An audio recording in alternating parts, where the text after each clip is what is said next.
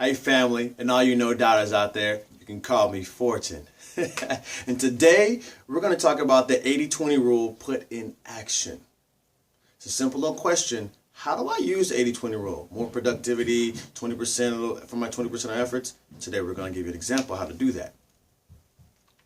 Now forgive me, I'm going to use my notes a little bit today because I want you to get every single piece of this. And I don't want to miss anything that is very pertinent to you understanding how to use the 80-20 rule and put it into action. See, for most of you, you're thinking more than when you should be working. You're actually working when you should be thinking. That's a quote I got from a mentor of mine, and it just makes a lot of sense once you get to realizing exactly what it is that he's saying in that quote. You're thinking when you should be working and working when you should be thinking. And it happens very often in most of our lives, right? Most of our lives, we are just moving and going and getting things done, and we haven't thought about and planned out what it is that we need to do. And some of us are just sitting there planning and procrastinating instead of getting to work. And vice versa. It just seems to go on back and forth in our lives, right? So the thing about it is there's more working than you should be doing more working than thinking.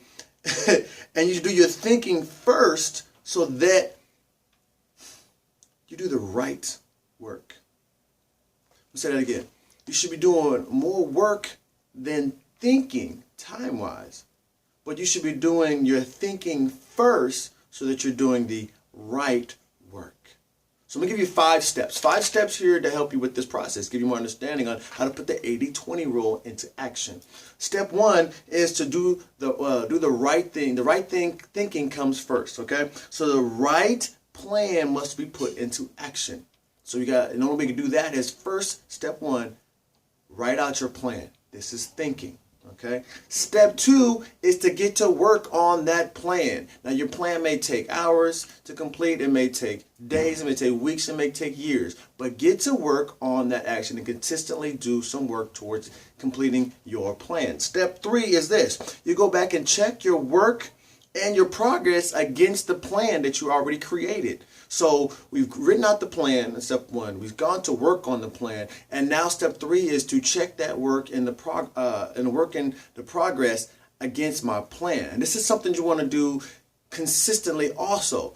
And periodically you want to step back and be like, all right, I've done, this is what I was planning on doing. This is what the results I've got. Am I doing the right thing? How am I getting there? Okay, how am I getting along with this plan? So step 4 is to make the course corrections, meaning I've checked my work and now I got to make adjustments so I can continue moving forward.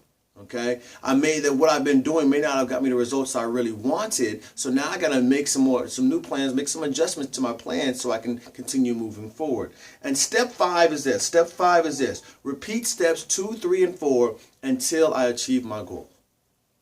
So once I get to step 5, I'm just going back to doing the work, checking my work, and making adjustments. Do the work, check my work, make the adjustments. 2, 3, and 4, I continue working until I reach my goal. Now, if you look at these steps, there's 5 steps, okay?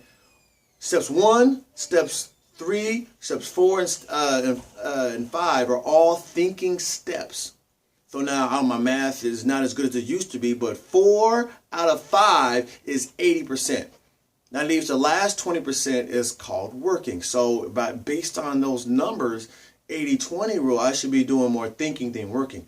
This is what it looks like on the surface. Now here's the trick to what we're talking about. Although it looks like you should be thinking more than you're working, without doing enough work, you don't have any evidence, any data to go back and check and to make any adjustments on.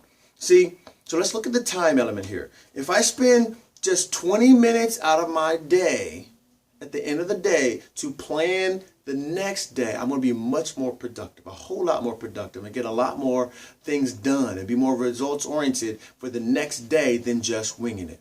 So what do you think? Do you really think that these great coaches win these titles and championships by just winging it?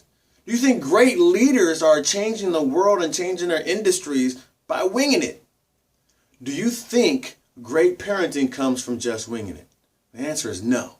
You must have a plan. You see, it's a great way to live for you if you want mediocrity. If you want to be just average, then just keep winging it. But those of you out there who are part of this family, call yourselves no doubters, that's not what we're going to do. We're going to get to work, do more work, get more activity done than we are thinking. But we're going to begin and end with some thinking so that our work makes sense and we're actually actively achieving our goals. Now, if you want to understand how exactly the 80-20 rule, why the 80-20 rule doesn't work, go check out the video. There's a link down below that'll give you opportunity to look at that other video that I've already created on why the 80-20 rule doesn't work. And the 80-20 rule doesn't work for a very simple fact. I've already alluded to it in this video. But you guys, 5 steps. 1, create a plan. 2, get to work. 3, check your work. 4, make adjustments. 5, repeat steps 2, 3, and 4. That's how you put the 80-20 rule in action. See you next time.